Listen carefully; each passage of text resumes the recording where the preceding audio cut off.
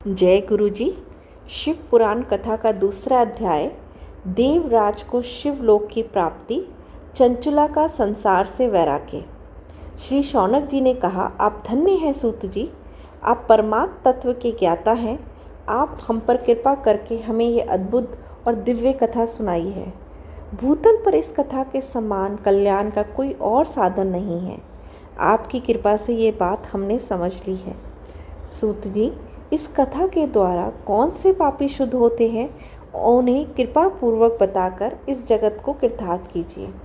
सूत जी बोले, मुने, जो मनुष्य पाप, दुराचार तथा काम, क्रोध, मद, लोभ में निरंतर डूबे रहते हैं, वे भी शिव पुराण पढ़ने अथवा सुनने से शुद्ध हो जाते हैं तथा उनके पापों का पूर्णतया नाश हो जाता है।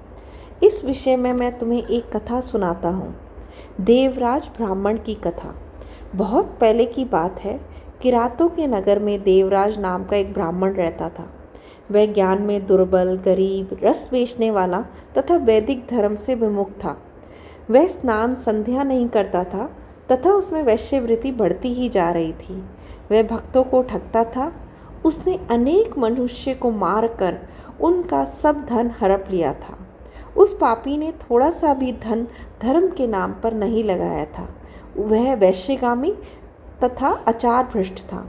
एक दिन वह घूमता हुआ देवयोग से प्रतिष्ठानपुर झूसी प्रयाग जा पहुंचा। वहां उसने एक शिवालय देखा जहां बहुत से साधु महात्मा एकत्र हुए थे। देवराज वहीं ठहर गया। वहां रात में उसे ज्वर आया और उस बड़ी पीड़ा होने लगी।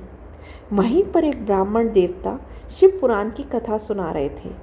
ज्वर में पड़ा देवराज भी ब्राह्मण के मुख से शिव कथा को निरंतर सुनता रहता था।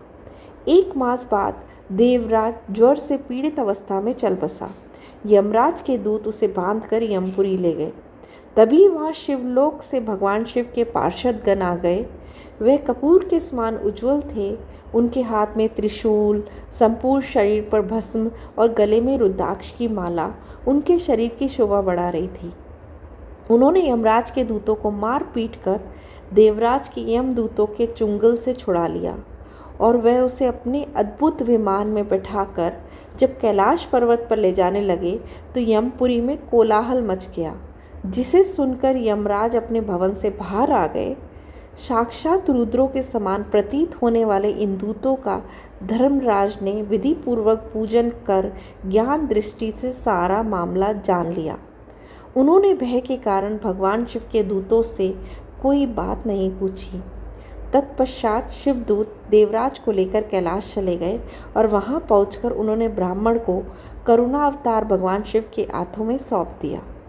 श्री शौनक जी ने कहा, महाभाग सूत जी, आप सर्वज्ञ हैं। आपके कृपा प्रसाद से मैं कृतार्थ हुआ। इस इतिहास को सुनकर मेरा मन आनंदित हो गया है।